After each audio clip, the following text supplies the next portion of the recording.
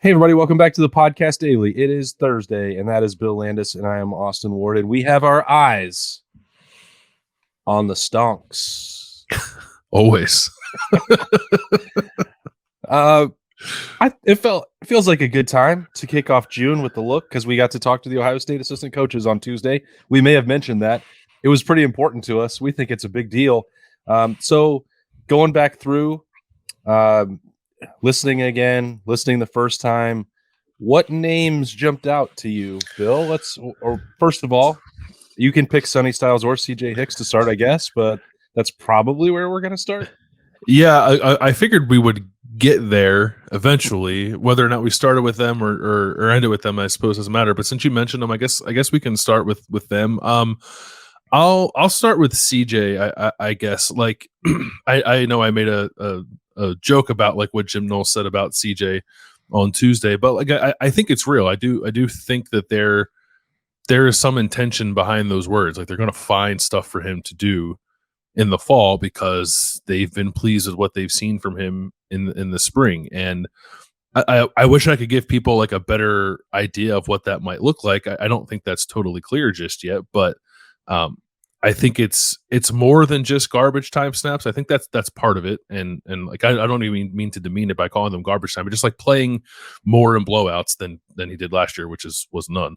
Or not at all. So like that'll happen. But Jim Knowles, I think made it clear like there's going to be more than just that. He wants to strike that right balance to make sure he's getting CJ the experience he needs, like playing a lot of will linebacker, I guess, when the games get out of hand. But I think as that happens, CJ is going to force Jim Knowles' hand even more to have a bigger role within the defense as the season progresses. And I think the Jack stuff is real. I think there's potential for him to play in some 3 linebacker packages. So like as much oxygen as we've given this conversation over the last like 6 months, it feels like maybe those weren't wasted conversations. I do think that Ohio State has found itself in a place where they very much are intent on finding a role for CJ Hicks in the fall.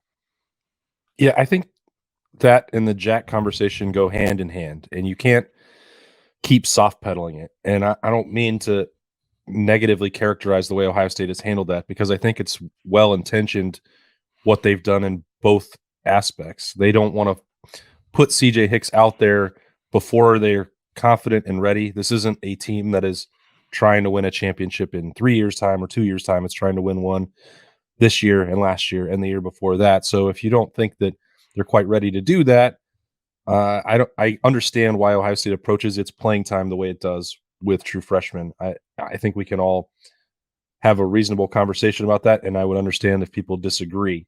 Sometimes you and I do about that as well. Mm-hmm. But that's where it brings me back to the Jack, and like you're just sacrificing 15 practices in March and April. Really, we're like, well, they didn't do it last year. They're not going to do it this year. Hey, we're not going to install it. Mitchell Melton's not healthy. We think he's going to do it. We're just going to scrap that for all of spring practice. I don't necessarily, from my vantage point, think that makes a ton of sense. If you could marry the two ideas by putting CJ Hicks in the Jack, letting him get those reps, letting that expand your defensive arsenal, that's, again, I'm not a college football coach. I've said that many, many times. So I can, if they decide that's not what they want to do, I'll understand that and we'll talk about it and move forward. But it feels like if that is a part of the defense that Jim Knowles wants to build, CJ Hicks stands out as the most ready to do that. And I think they're coming around to that. And then they do get twice as many practices in August where maybe that makes more sense for their time to get ready for games. I agree with all that. Like we talked about that before, right? Like why not do it in the spring if you have a somewhat of an idea of what it might look like? I guess maybe Jim Knowles' counterpoint to that would be it is not an overly complicated position. And if spring is more about fundamentals than it is anything else, like why overload a guy with something like learning the Jack position if history using that position tells you that people can pick it up rather quickly. And I think CJ Hicks will. The one thing we did not get into with Jim Knowles that I wanted to ask and just it didn't get really a chance to is like an evaluation of CJ Hicks as a pass rusher. Because he did it a decent amount in high school, and obviously that's very different. He was the best athlete on the field every time he played in high school. But at the risk of like making a a comparison that is probably not fair to CJ Hicks. Like, as I think more and more about this, I have like someone like Micah Parsons in my head, like a linebacker sort of in build, like a traditional kind of off the ball linebacker build, but a guy who has like real pass rush skills. And I don't know that CJ is that, but I think when I envision CJ in the jack position, like that is, I mean, probably clearly like the best possible outcome for someone with his skill set used in that role. And like, will he become that as a sophomore? Like, almost certainly not. That those are lofty ambitions, but I think he is a player with that package of skills that allows him, or would allow him, to be the in the box linebacker that you ultimately probably need him to be more than anything else. But in the meantime, serve as a pretty productive pass rusher in that role. And I think they've, over the course of 15 practices and last year too, a little bit probably, have seen enough from CJ to think that he can do a little something for them there. Do you think the way that Jim Knowles and Perry Eliano talked about CJ Hicks and Sonny Styles respectively is just different because it is June now, and you don't have to go coach them through 15 practices and really push them? They maybe, I don't know, is that part of it? Like, they're starting to envision more game plan specific stuff, and you can't just continue to not talk about these guys who are clearly some of the best athletes on the roster?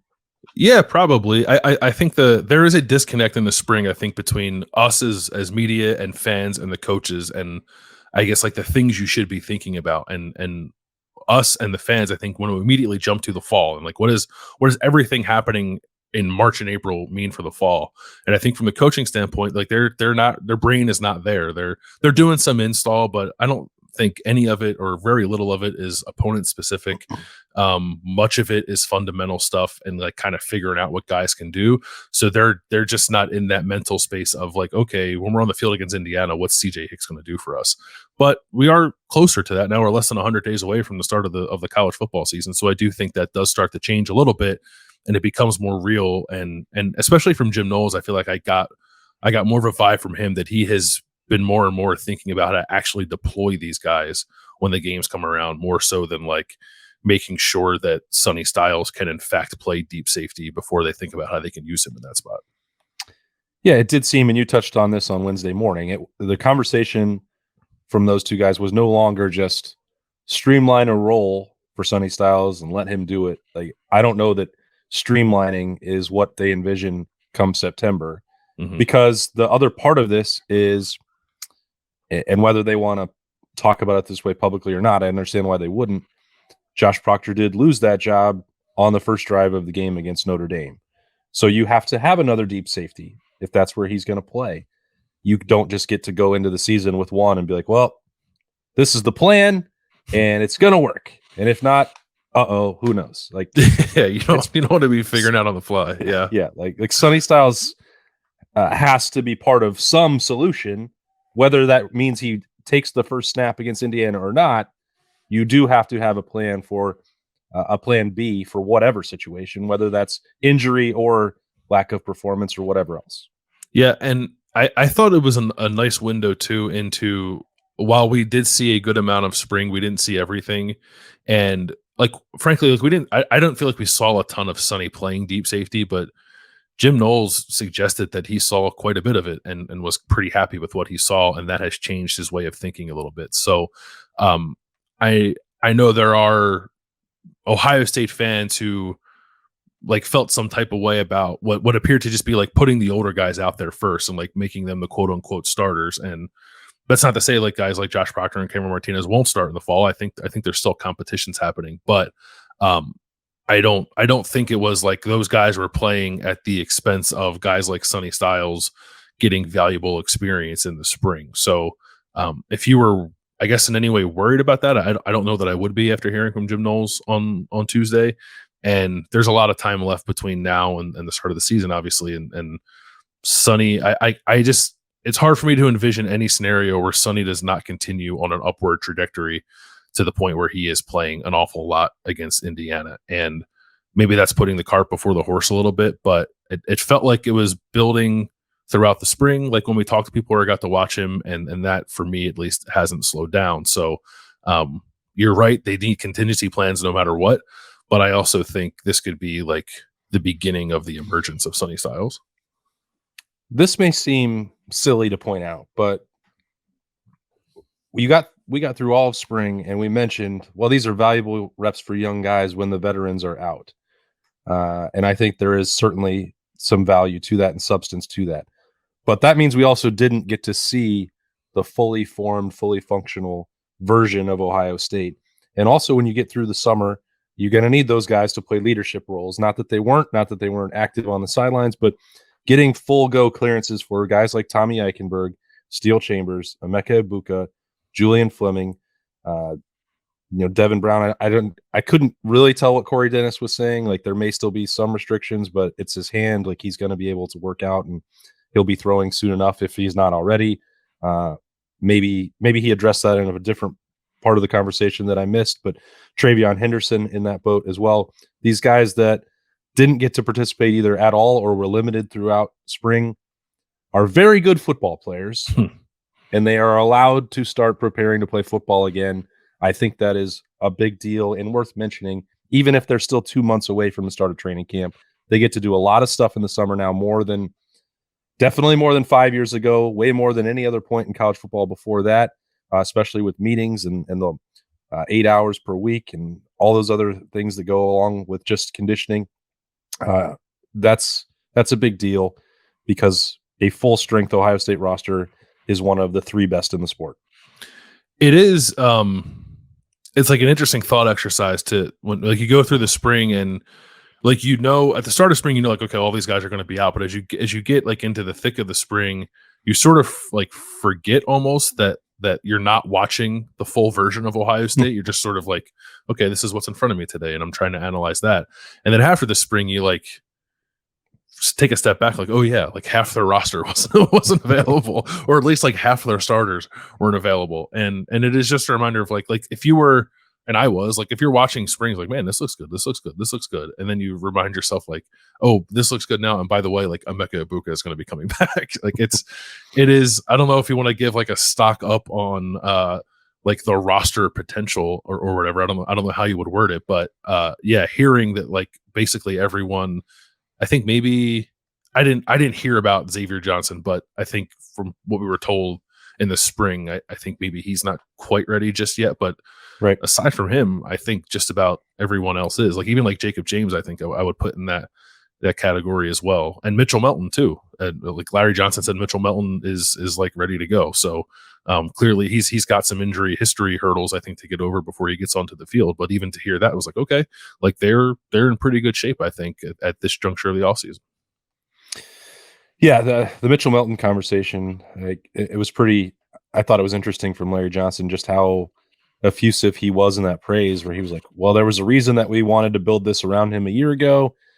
We felt strongly about what we were seeing in practice, and like, they've had to put that on the shelf for a full year, essentially, which is definitely not fun for Mitchell Melton. I can personally attest to those conversations with him wanting to get back and wanting to carve that role out for himself, but also from what we mentioned earlier on with, understanding the use of the jack and the way they had to adjust on the fly. Like, they want to use that, and a healthy Mitchell Melton is what they view as the top option for that, at least at this point.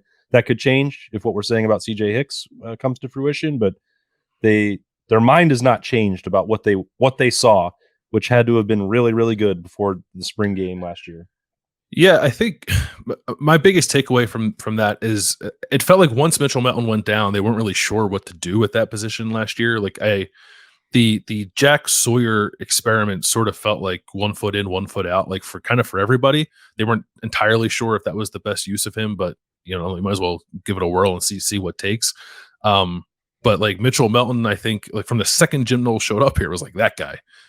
That's what I'm looking for. And like, unfortunately, just never been able to come to fruition. And I hope it does this year. But I think that it just leaves that like package of plays, however much Jim Knowles ends up using it, in a much better place than it was a year ago. It's not like as hodgepodge, I think, as it was last year. If you have a healthy, like, knock on wood, Mitchell Melton, and then CJ Hicks doing that stuff, I think that is a position that becomes much more impactful than it was last year, when it was like Jack Sawyer's doing it, and then like maybe every now and then we'll like toss Javante Jean-Baptiste out there and all of a sudden he's doing jack stuff and you're like, what? Like he does this? Okay. So I think it's just a little more, it'll be more like fully thought out, I think, this fall, provided Mitchell Melton can stay healthy, which, I think everyone hopes can happen for him. All right. What else you got? Hero Kanu is a guy that Larry Johnson, like his face lit up a little bit when he was talking about him. And I think everyone and like Larry, I think feels pretty good about the top three at that position. And I think most people have every right to feel good about the top three. But I think over the course of the season, you're going to need more than that. And they addressed that a little bit in the transfer portal with Tywone Malone. And but I think like there's even beyond, even if you think that Malone can play a considerable amount for Ohio State this year, like I still think ideally you'd want more than 4. And it does feel like Hero has made some pretty considerable strides over the last couple of months, both physically and I think in just like understanding how to play football. Like I myself forget that he has not been playing football that long. But his passion for it has always been apparent. And whenever that all started to click, I figured you'd have a really good football player. And I don't know if it's fully clicked just yet, but it seems to be progressing in a promising way.